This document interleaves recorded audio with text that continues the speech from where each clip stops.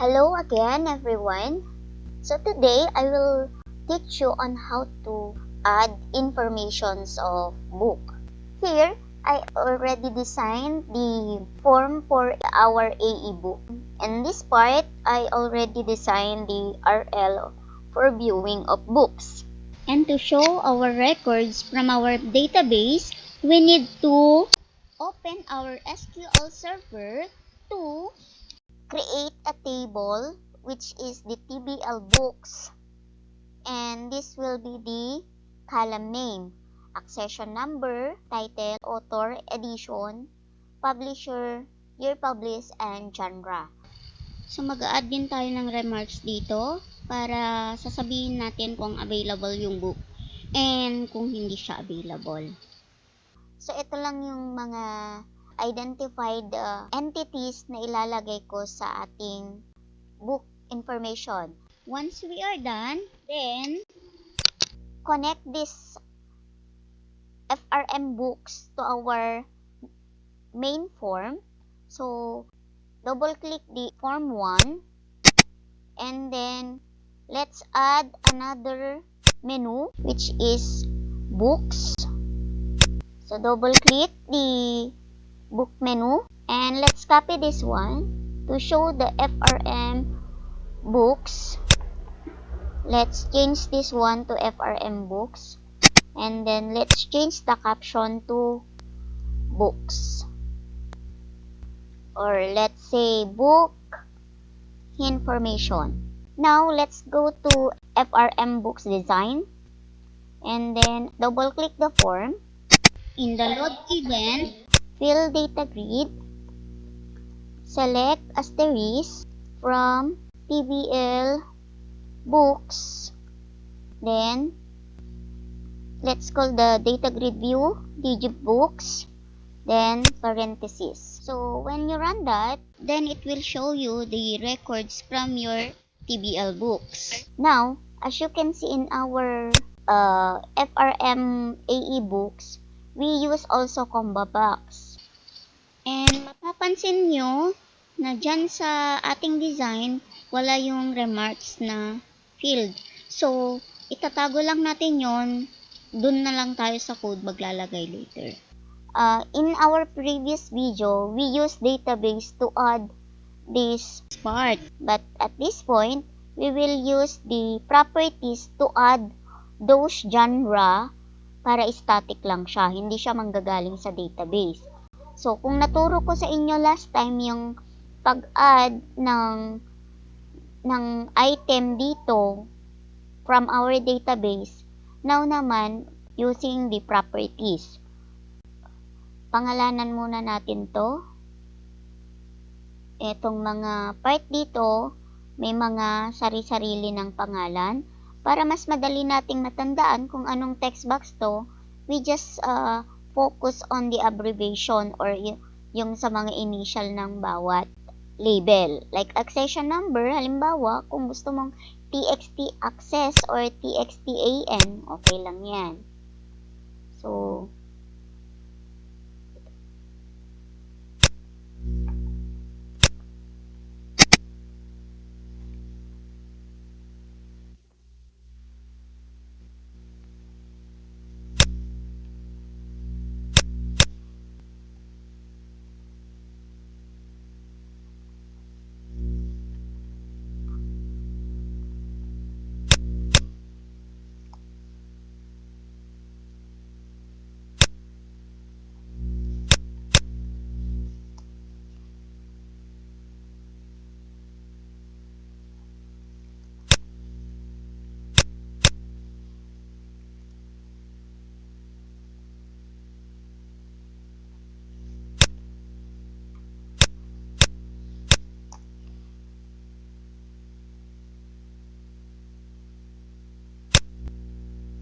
i-call na natin, i-show na natin yung AE forms. Gawin natin, double click the add button, then FRM AE books dot text, anong magiging caption, equal to add books. Then, show dialog na natin. frm aebooks dot show dialog. Next, since mag-add na tayo, punta tayo ngayon dito. So, dun sa mga previous video ko, alam na naman natin na yung trapping of empty records. Pero para mas madali tayo dito ngayon, wag mo ko munang lagyan ng trapping. So, select case, me, the text is equal to case add books. And then, fill data grid.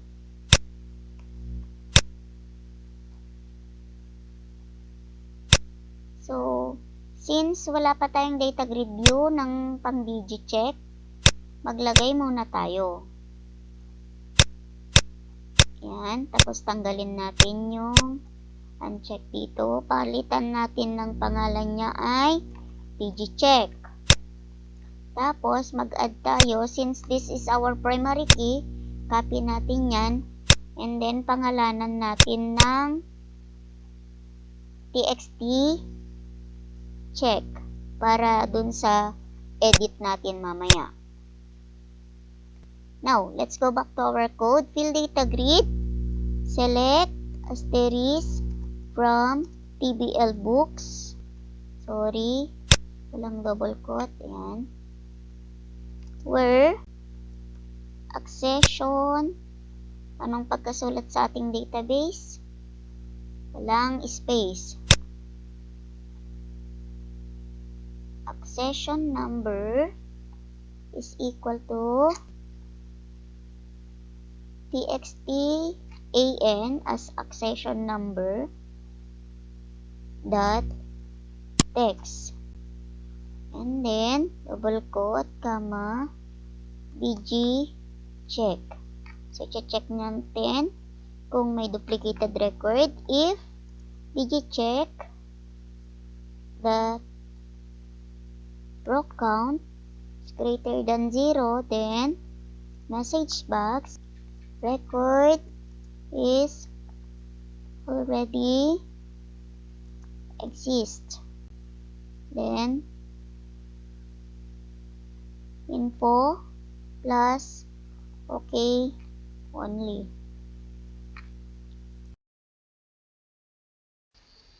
Lagay tayo dito ng exit sub.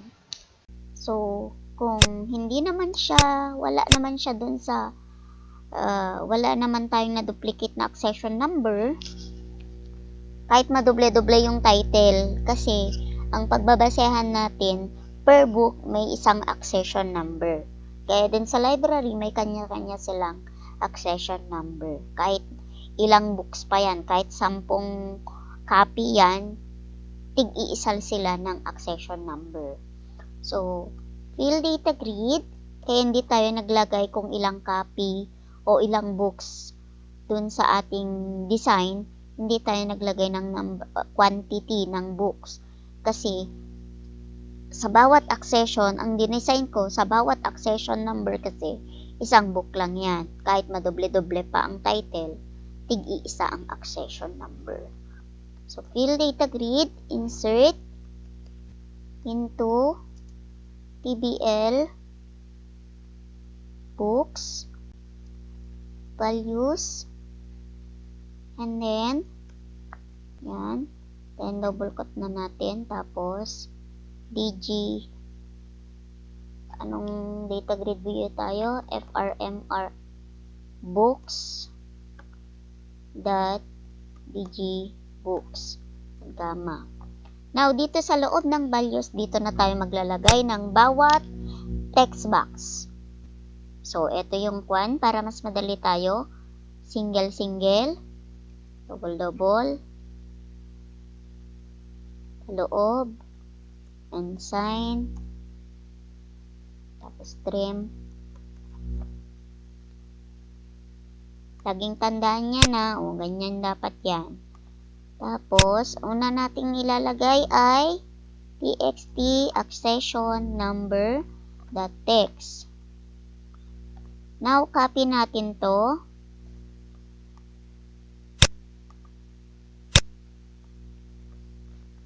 Lagay natin dito sa kabila. Magkama tayo. And then, lagay natin. Palitan natin. Anong susunod sa accession number? Title. Kama ulit. Anong susunod sa title? Author. Anong susunod sa author? Edition. txt e. Anong susunod sa edition? Publisher.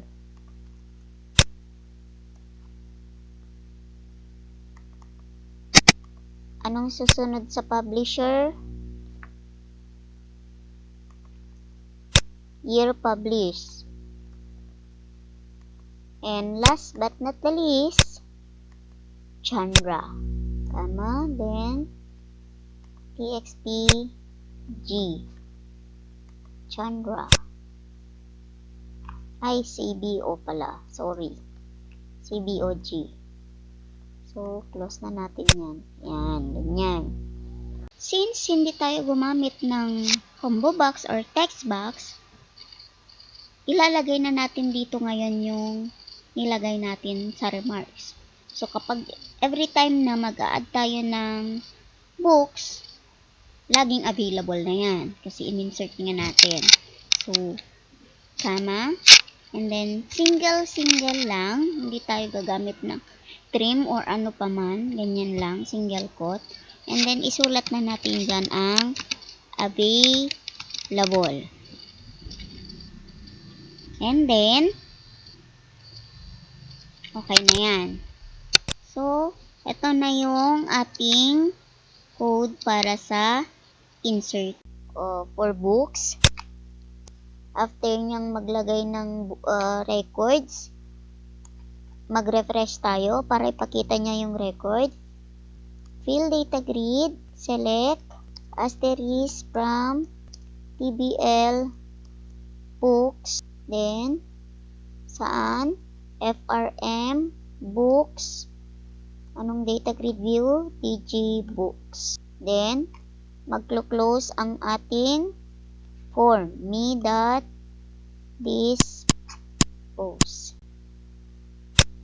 So, let's try kung working nga ba. Set up, library files, books. So, ayan. Now, let's add 001 title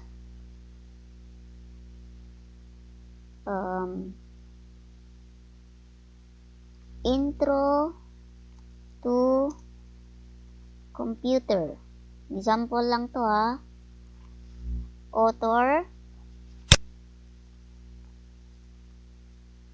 check, magkay. Edition, first. Publisher, Elsevier. Elsevier 2019 ni 2019. Genre, sorry, wala pa pala tayong genre.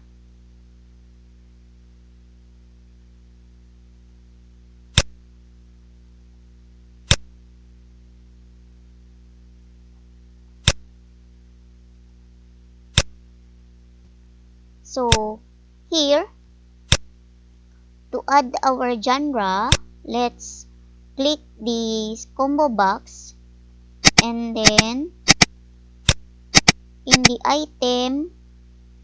items, click natin yung collection and then let's add here.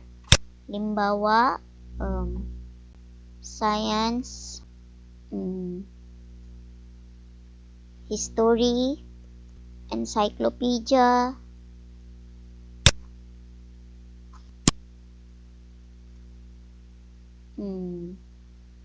dictionary,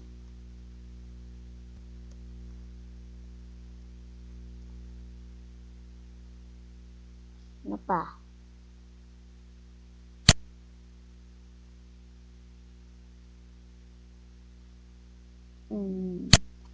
Science and technology. Ito. Novel, magazine, newspaper, journal, or education.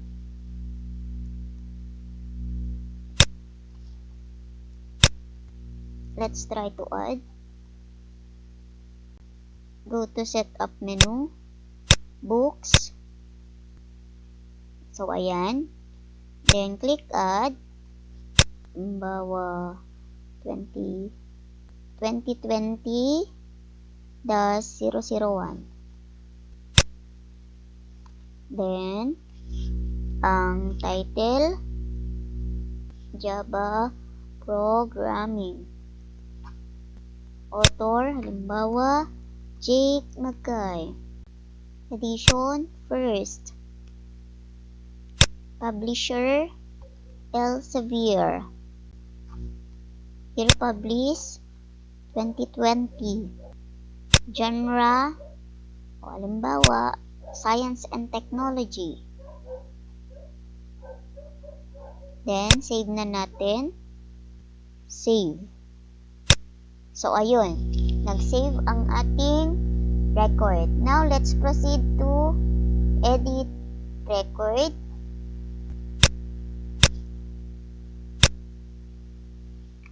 So, same lang dun sa ating mga previous video. I'll just flash kung ano yung finished product nito. Okay.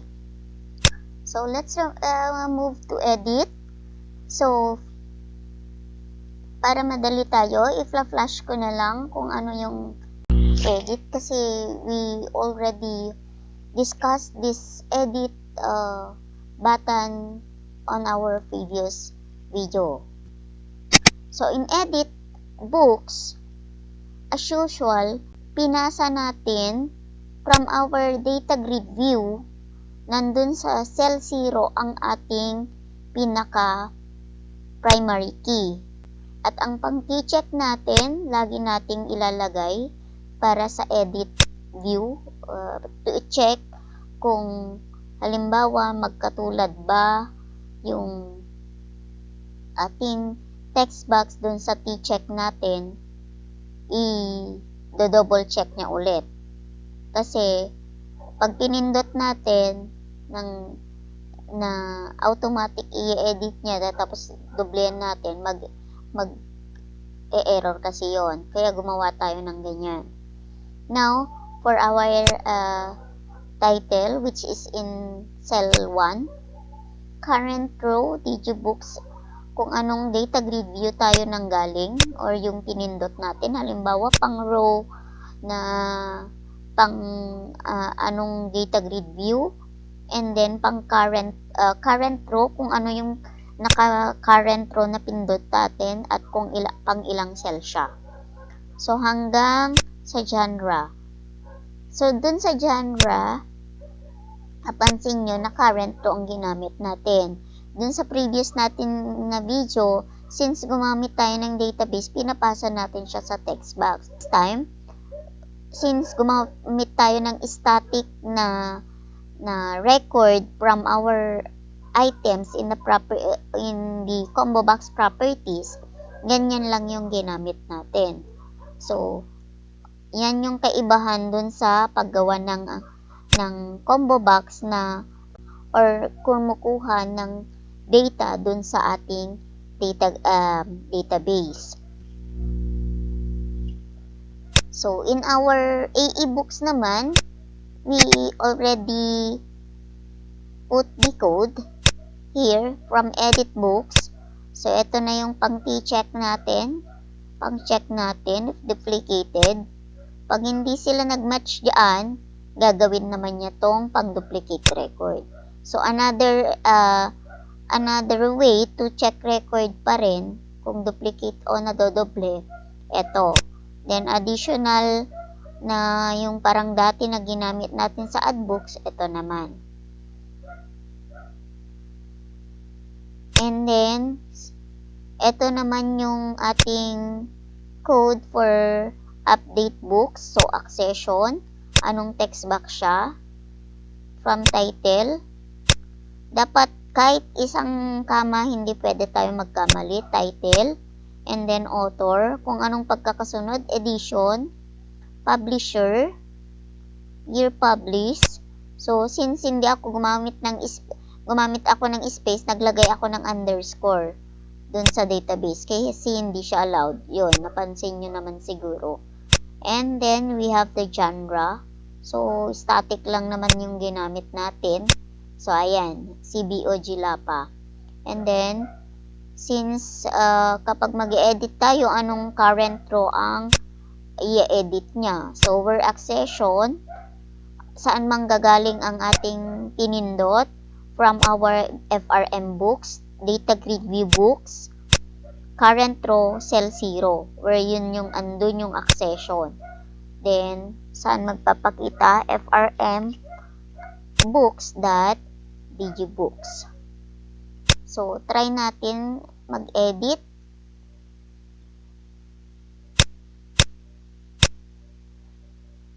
Books. And then, edit natin yan. So, halimbawa, second edition to. And then, lagyan natin ng, and then, kunwari, nagkamali tayo, 2020 pala. So, save natin. So, ayun, napalitan, Jake G. Magay, second edition, and then 2020. Yun yung pinalitan natin. So, working siya. Now, let's move on to delete records. So, I just copy from our previous delete button. Copy lang natin to. Since hindi tayo magtatago ng data grid view, hanggang dyan lang. And then, let's paste it here. Yan. So, do you really want delete this record? So, if yes, delete from anong table natin? TBL books.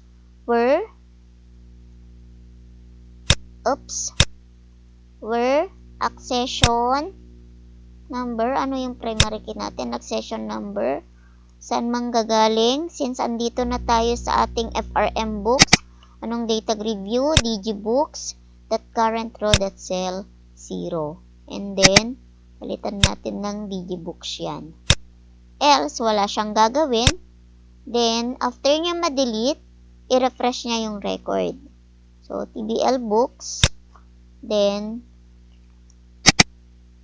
digibooks.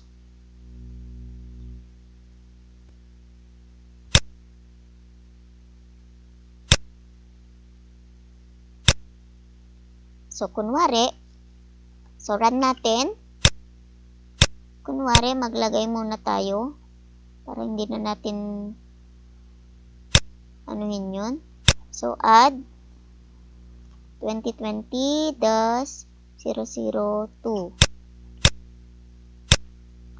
Kunwari lang ha. Kasi de-delete lang din natin para hindi na natin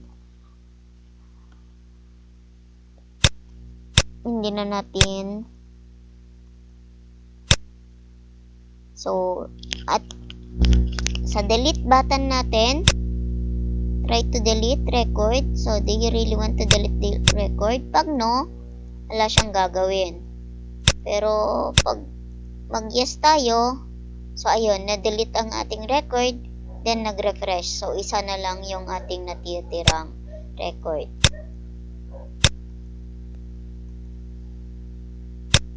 Now, paano naman kapag gusto niyang bilangin yung record? Additional additional info. So, paano naman kung gusto nating bilangin yung record? So, let's add label. lagay natin dito.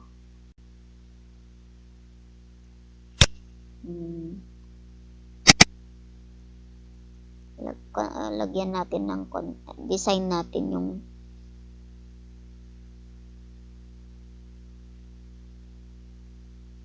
let's design the font. So, let's design the font. Halimbawa, naglagay ako Microsoft Serif or Times New Roman. And then, bold, italic, and then, kunwari na, 10. So, ayan, ganyan kalaki. Now, tanggalin natin yung text ng label para hindi magpakita. Hidden lang. So, ganun. Pag i-highlight natin yan, andyan yan. Ayun. So, double-click the form, and then, lahat ng may select asterisk na code na ganito, lagyan natin. Kasi dyan sa magre-refresh. So, anong kwan natin? Label, hindi pa natin pinangalan. Label 1, the text is equal to, bilangin niya yung row, dg row count, dg books, dot row count, minus 1, dot toString, sorry, plus records. So, records found.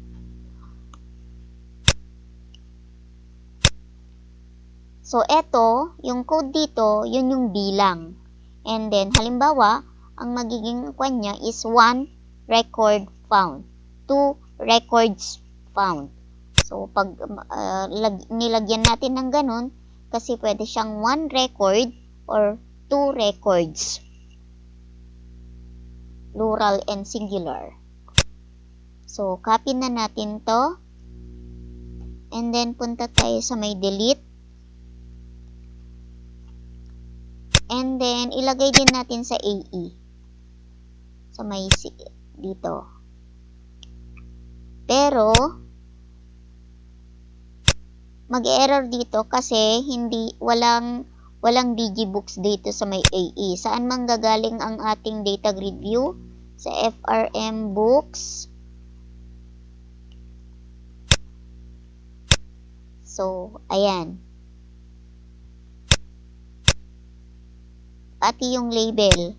Nagkaroon lang siguro ng hindi siya sa quad kasi may label 1 tayo dito. Kaya, andun siya sa FRM books dot label 1. Doon natin i-call. Let's try to run. So, pagkaano pa lang, pagka-load pa lang ng ating form, bibilangin na niya. So, ayun. 1 record found. Pag madami na yan, nagbibilang, every time na mag-a-add tayo, maglalagay siya ng record. Now, kung mapapansin nyo, madami na tayong add, edit, delete button. Ano kaya kung gusto nating pag-isahin na ang mga buttons na to? Before we move on to transaction. So, finish na tayo sa setup. Now, para isahang add, edit, delete button, nakadepende kung ano yung, kung halimbawa student information yung nagpakita, tapos clinic natin ang add button na iisa, ilagay na lang natin dito, isahang add, edit, delete button ng madaming form, tanggalin na natin yan. Gagawin natin. So, paano ba gawin? Let's design first the form 1. Double-click the form 1. Then, let's add menu here. Pwedeng gawin nating may panel para may design. Or pwedeng gawin natin yung, pwede naman nating gamitin ang tool strip. Pero, gusto ko munang lagyan ng konting spiciness ng ating design. So, maglalagay ako ng panel. And then, gagamitin ko. So, yung panel, idadak ko siya on top. Dock. Hanapin ko sa properties. Click, dock, top. So, ayan. Now, yung panel, yun yung mag-hold ng ating mga buttons. Lagay tayo ng buttons. So, lagyan natin. Kung may mga image kayo, pwede nyong lagyan. Pero kung wala, pwede lang na ganyan. Ako, kasi wala pa yata akong nilagay na mga images. Wala pa akong images. Wait lang. Try ko maglagay.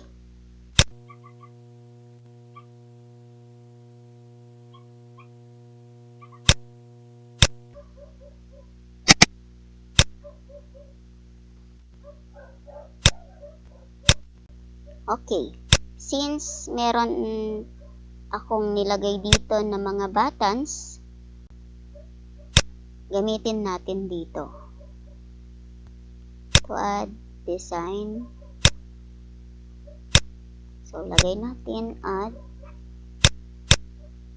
And then, lagay tayo ng image.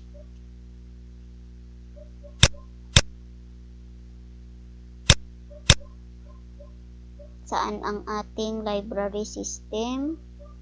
Andun siya sa local DC. Asan yung folder natin? Hanapin natin yung buttons. So, ayan, add.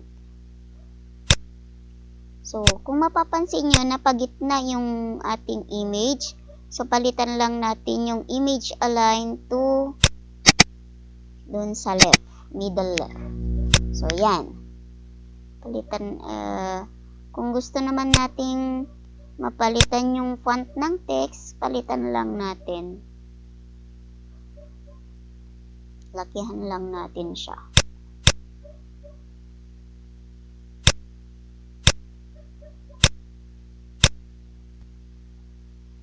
So, yun.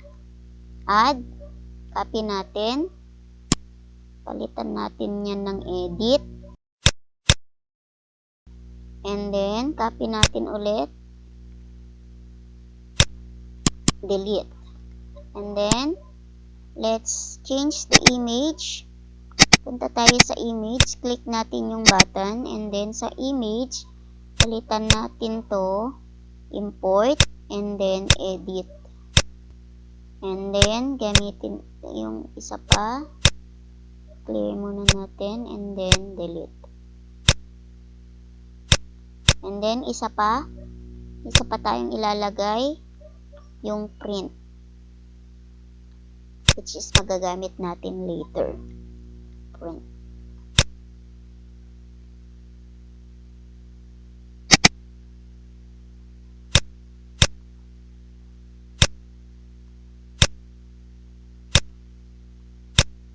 So, ayan. Now that we have our buttons for add, edit, delete, and print, let's remove the add, edit, delete button of every forms. So, unahin natin yung RL. So, dito sa add, palitan natin tong button dito ng, since delete na natin yung button, palitan natin sub add user. Magkaiba dito ha. Ito, magkaiba yan. Dapat ito, add user. Magka-ano lang. Then, dito naman sa may delete, ay edit, sub, edit, user. And dito sa may delete, lagay natin sub, delete, user. So, gagamitin natin ang bawat sub. Let's move to ano pa yung mga may RL, FRM major. Tanggalin na natin yan.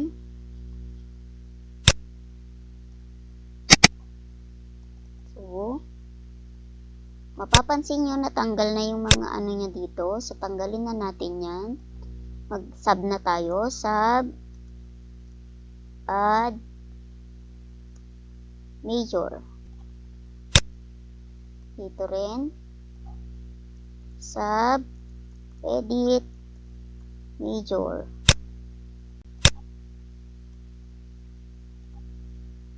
Sub, delete, major. Oops, sorry. So, ayan. And then, dun sa activate event, diba, double click to. Dito sa may load event, i-click natin dyan. Then, palitan natin to. Type natin ang A para mapunta sa activated.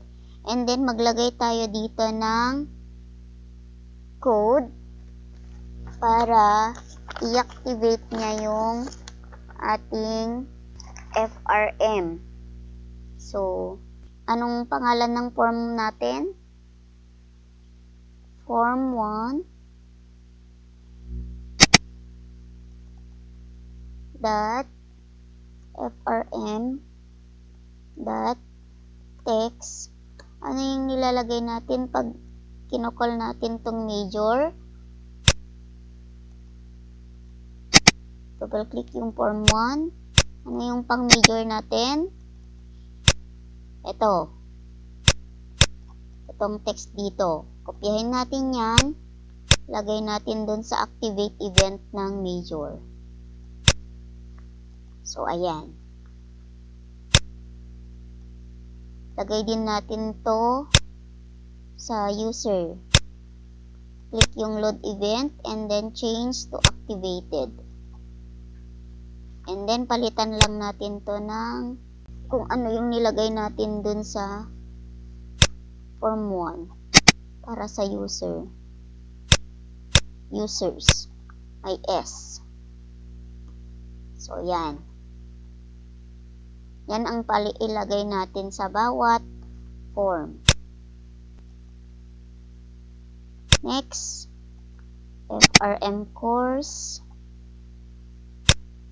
Tanggal naman natin. Let's proceed to FRM course. Tanggalin natin yan. And then, palitan natin ang bawat sa activated event. Maglagay tayo course. Tama ba? Course ang nilagay natin. Courses. And then, sa may add, sub, add, course. Dito ulit. Sub, edit, course. And then, dito, sub, delete, course. Ano pa? Ang may RL tayo. Sa books.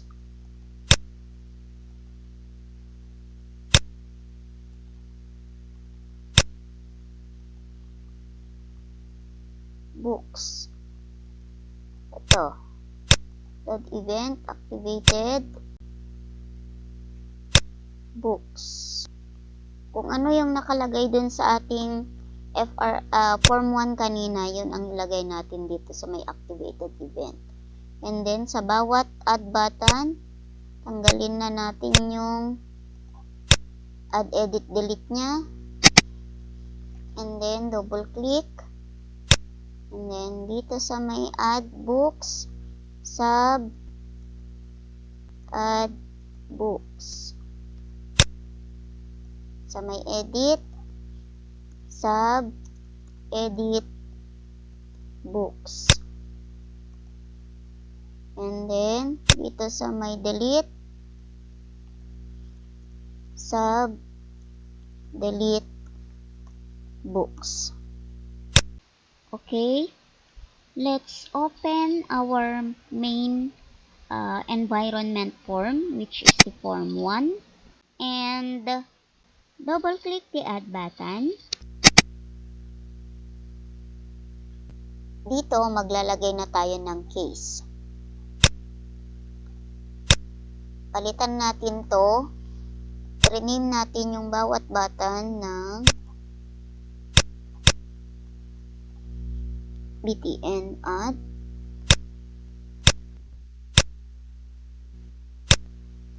So, rename natin to ng btn add, btn edit,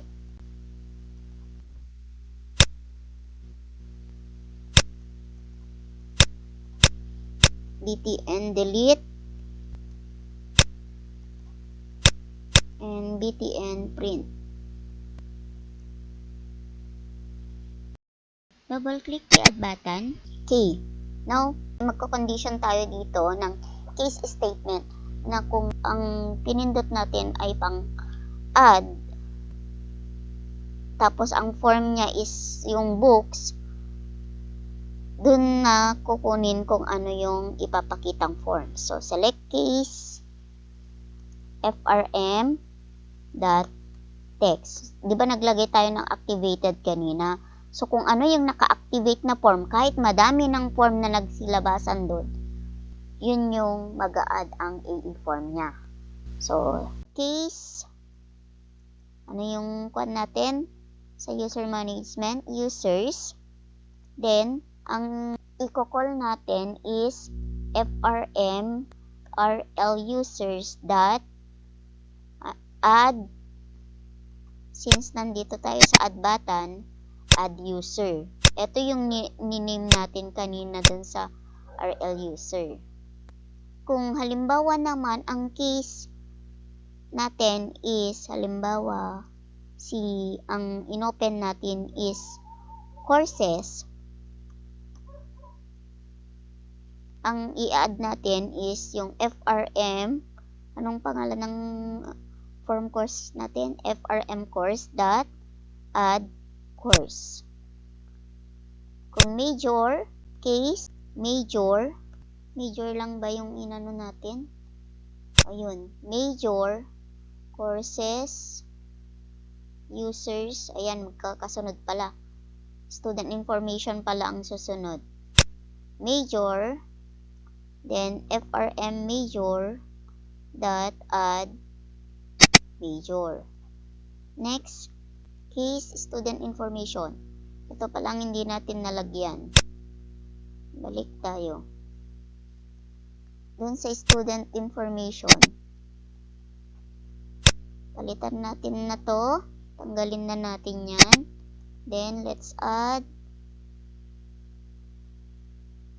here the add button. Asan yung load event natin? And then, click activated. And then, lagay natin dito. frm, form 1, dot frm, dot text is equal to, yan. And then, para sa add button, ito, sub, delete, student, info. Dito sa edit, sub, edit, student, info. Sa add, sub, add, student, info. Now, let's go back to our so frm student info dot add student info. So, next natin is yung books, case, book information. Dapat parehas lang din siya dun sa frm books. So, ayun, sa activated event natin. And then, frm books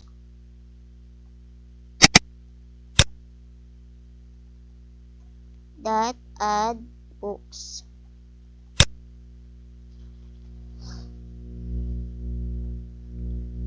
run natin. Ayan. So, halimbawa, user management. Kita natin. And then, mag-add tayo. Ayun, ipapakita niya kung ano yung mag-add na form. Next, halimbawa, nag-open pa tayo ng another form. So, pag clinic natin, ibig sabihin, ito yung activated. Pag clinic natin ang add student information ng estudyante ang magpapakita. So, hindi ko pa naayos. And then, pag halimbawa naman, courses, so, pag courses, add course. Tapos, pag books, add books. So, ayan. Now, para naman dun sa edit and delete, just copy this one. And then, palitan natin, ano yung mga kinol natin, yun lang din ang ilalagay natin. So, kung dyan ay add books, punta naman tayo dun sa edit. Lagay lang natin yan. Then, palitan natin yung ma-add ng edit. Yan. Edit.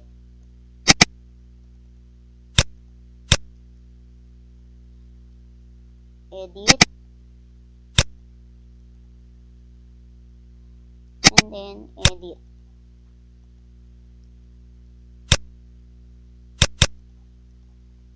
So, ayan. Next, delete.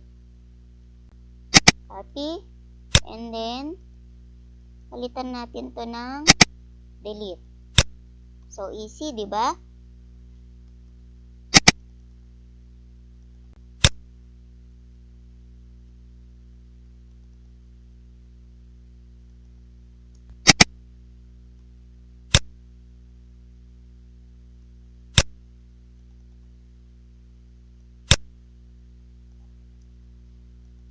Yan. Oops, meron pa pala.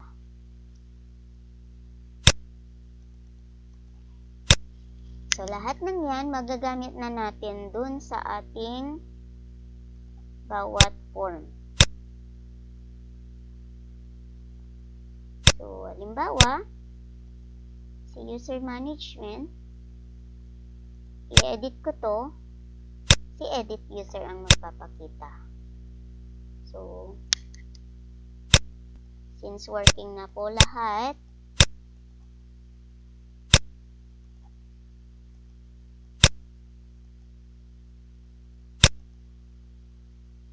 yan.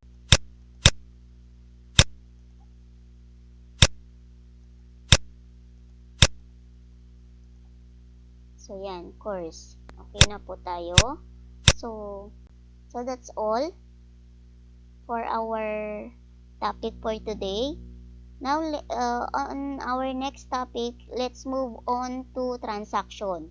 So, we will use the different forms that we created in the library files of our Form 1. So, lahat ng to, yung books at saka students, ay magagamit na natin. Kasi yung courses and major, andun na sa my student information. So, dito sa transaction, borrowing books na tayo. So, that's all for now, and good day.